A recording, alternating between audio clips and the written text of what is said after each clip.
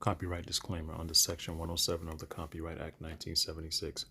Allowance is made for fair use for purposes such as criticism, comment, news reporting, teaching, scholarship, and research. Fair use is a use permitted by a copyright statute that might otherwise be infringing. Non-profit, educational, or personal use tips the balance in favor of fair use. All right, so let's chop it up.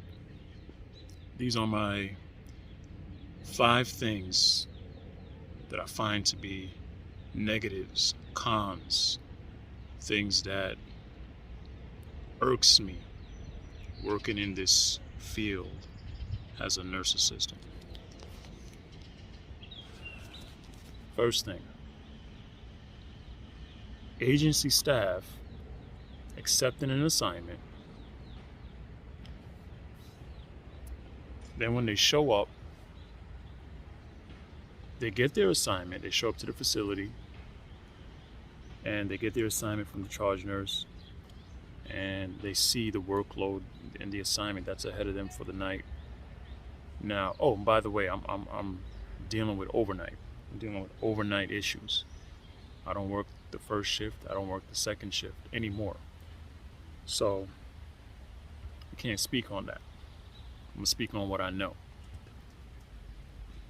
So they show up and they'll pull this kind of stunt. Oh, I'll be back. I'm just going to my car to get something. Once you hear they say, I'll be back, I'm going to my vehicle to get something, or I'm going outside to go smoke, that's the universal sign for they leaving.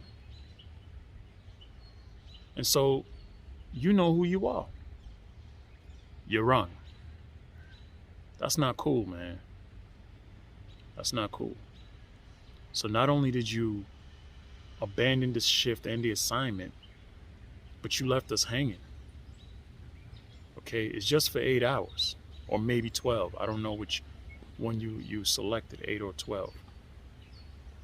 You know, it's not like you are a facility staff there. You're not one of the core staffs at this place. And you show up, and we're glad to see you. We're happy that you're here. And okay, now we have help. We have an extra body here on the floor. And then you just disappear. You call when you're outside of the building, and you call the supervisor or call the unit and say, oh, you know what? Had an emergency. You know, my child is this, that, and the 3rd degree. I gotta go rush to my child. Now, I'm not saying that you lying. Only you and God know if you're lying. However, it does look very suspicious. Okay? It looks very fishy. Hold on, let me let this trolley go by.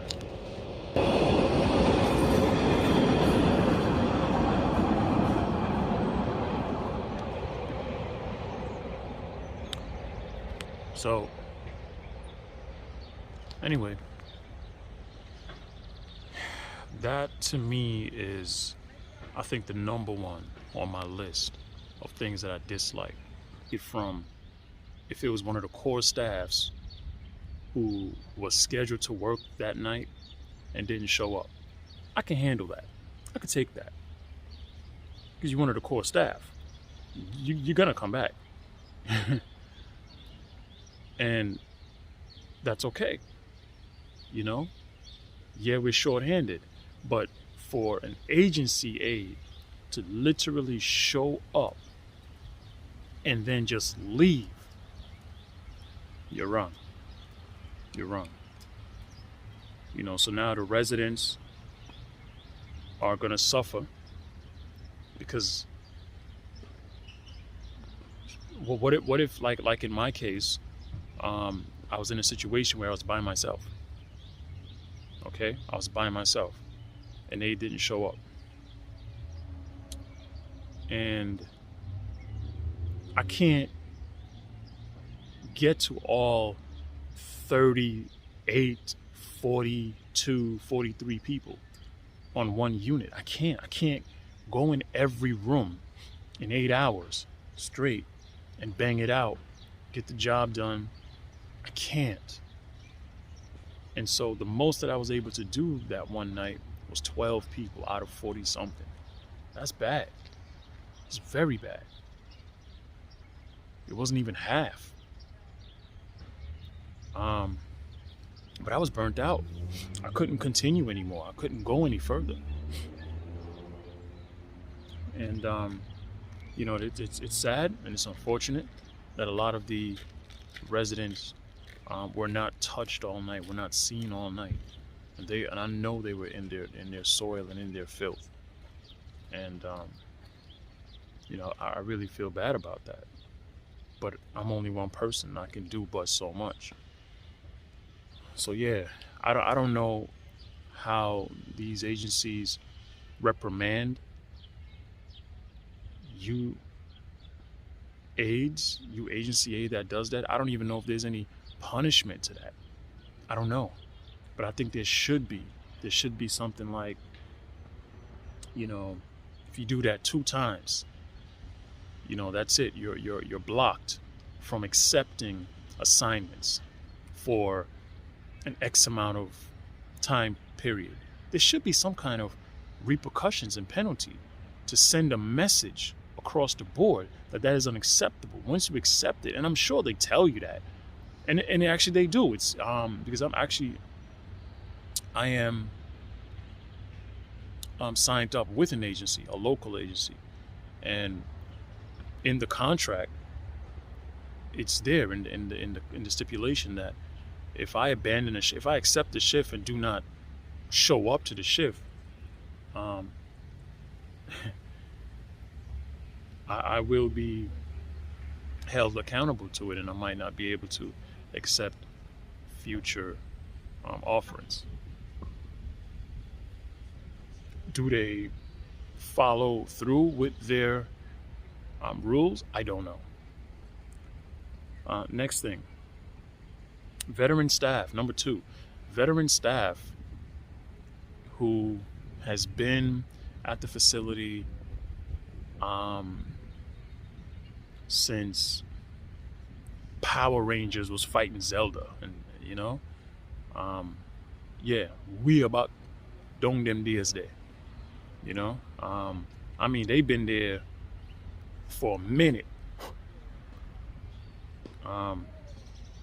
These are your core older CNAs who, when a new kid on the block shows up, right? You got hired, you're a new CNA, and you show up to this facility to work for the first time, and you're with the veteran staff, and I don't know what it is. They just don't want to help you. They don't want to give you pointers and show you the ropes. Like, you're trying to learn these residents, these patients. You're trying to understand how to approach them. What is the best way to communicate with them so that your shift can go smooth and you can have a successful and a fruitful shift and build a relationship with these residents and these patients. And these core veteran staff who's been there since the Green Rangers showed up on the scene, they don't want to help you.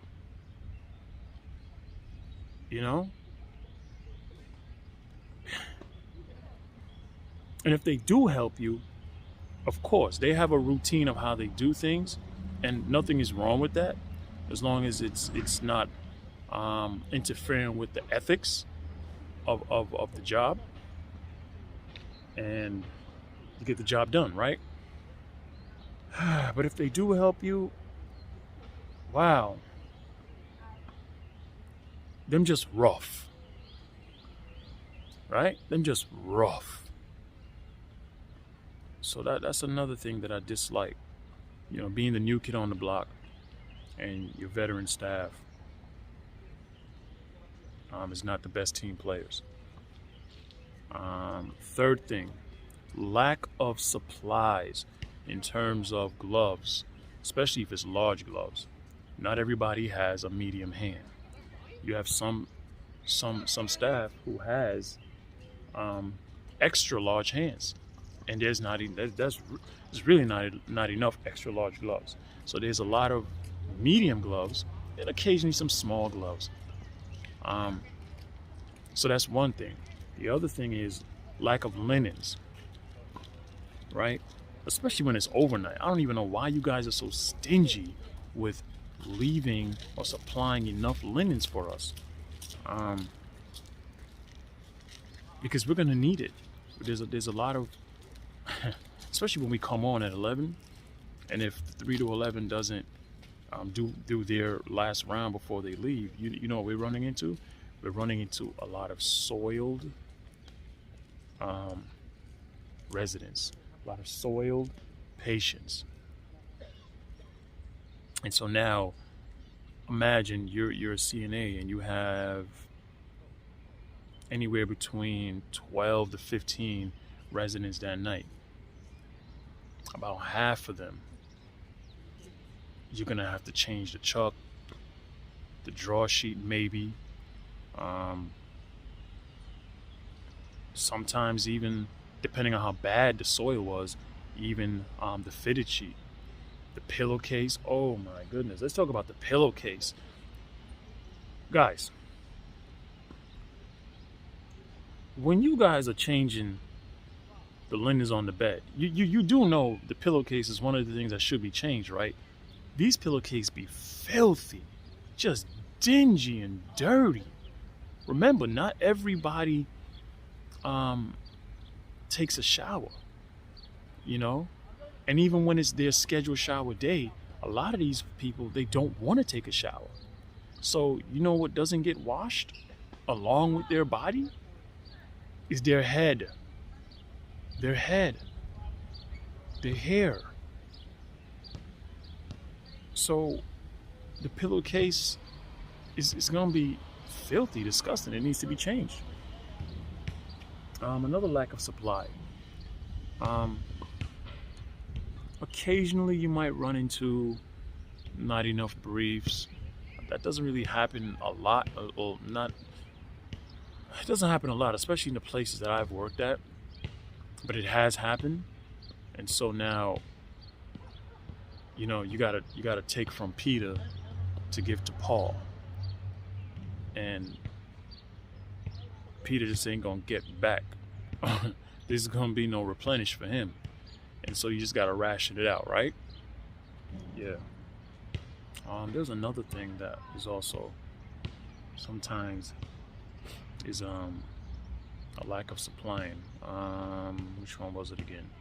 Talked about linens, talked about the gloves, occasionally the briefs.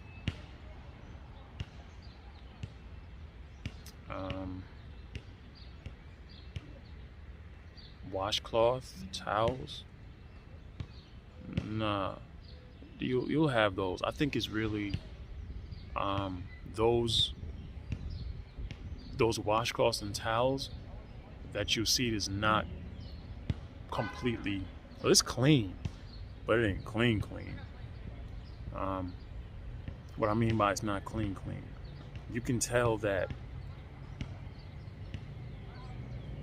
when it was used on a person who had some pretty bad bowel movement, some pretty bad excrement, and the stain is still there. That's what I'm trying to get at. So the stain is still in these washcloth and towel. I'm sorry, I don't like to reuse those. That should not be going on any person's body or on their face. Now I know companies don't like this. You know, everything is cost. I'm sorry, I just throw them away. I'm gonna just say it. I'm gonna say it on record. I throw them away. All right, depending on how bad that BM was, especially persons who have,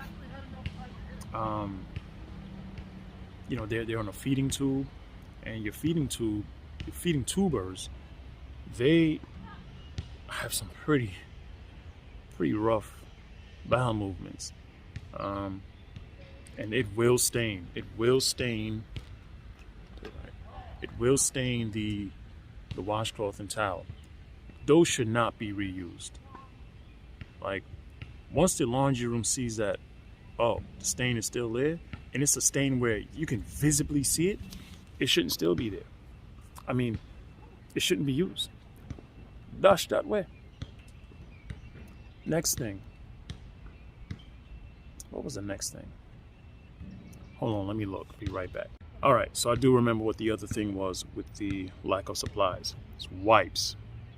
So I've worked in some places where wipes are not used. I disagree with that. Again, I understand wipes are not free. It costs money. But we need to use them wipes, okay? Let me say this. We need wipes, especially when a person had an explosive bowel movement, or the person's BM, they just been in their excrement for a length of time, and by the time you get to them, it's pretty it's getting pretty dry, right? So I like to use the wipes first, right, to clean up a lot of the mess. Then I'll come in with the washcloth and the towel, wash down, and then put the buffering on and get everything all nice and cleaned up. But the wipes, to me, they're essential. They're needed. It's important. So that's another thing that sometimes is a lack, and not even a lack. Sometimes they just don't want, the facility don't want you to use it. And they don't even give a reason. They just say, we don't use it here. But it's okay. I understand the reason. The number one reason is money. It's money. So what do? You bring your own wipes. That's what I do. Now somebody might say, but the facility says they don't use it. Yeah, they don't use it. But I'm going to use it. You just buy one that is has no fragrance to it, non-allergic, and that way you don't cause the person's skin to flare up.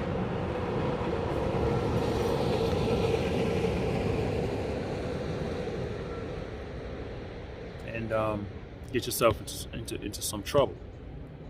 So that's what I do. I buy my own wipes, bring my own wipes. Yes, it's my money coming out of my pocket, but it's making my shift that night easier to manage when I go into these rooms and do my pericare. All right. Sticky floors. Filthy and dirty and sticky floors. Sometimes some of these persons' bedroom, you go in there and the floor be so filthy, so sticky. As soon as you put your foot down, and you're about to, and some of you have lazy foot, meaning you drag your foot a little bit. It doesn't come all the way up off the floor. And as you're about to move it, it's so sticky on the ground that you're about to trip. You stumble. Look, housekeeping, yes, it's a lot of rooms, right? So, like for instance, I work at a place that has a 180 bed, but right now they're at their full capacity is 180. They're at a capacity right now over 80, less than 90. Come on. If you have housekeeping that works in the morning, first shift and second shift, these rooms can get wiped out. These rooms can easily get cleaned, and nobody should be tripping and feeling like, oh, it's sticky in here every time I walk. You can't even tiptoe out the room. You have some people who they're light sleepers, and you don't want to wake them. You don't want to interrupt their rest and their sleep. And so I do a lot of tiptoeing in those certain rooms. Or you got one of those residents or patients who it can be problematic, and you really don't want to wake them. Not even a nurse want to wake them, but have to, just to give them their medication. And so you want to tiptoe in there very neatly, very gently, but you can't, because the floor is telling on you. Every step you make, every move you make. I'll be watching you. All right, let me go back to it. Yeah. So, man, I hate that. Hate that. Next thing. What was the next thing? Lack of shift reporting. Let's talk about this. I'm coming on to the unit. I don't know how your 8 hours went, how things were before I got there. I don't know what you were dealing with, right? I don't know who you were not able to get to when I come in at 11, or if I come in at 3, or if I come in at 7, you know?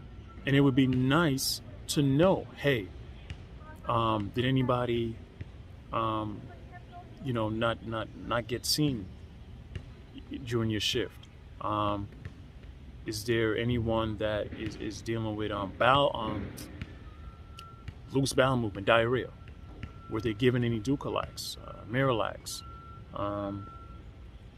What you call it, man? What you call it? That thing that fruit. Prune. Were they given these things?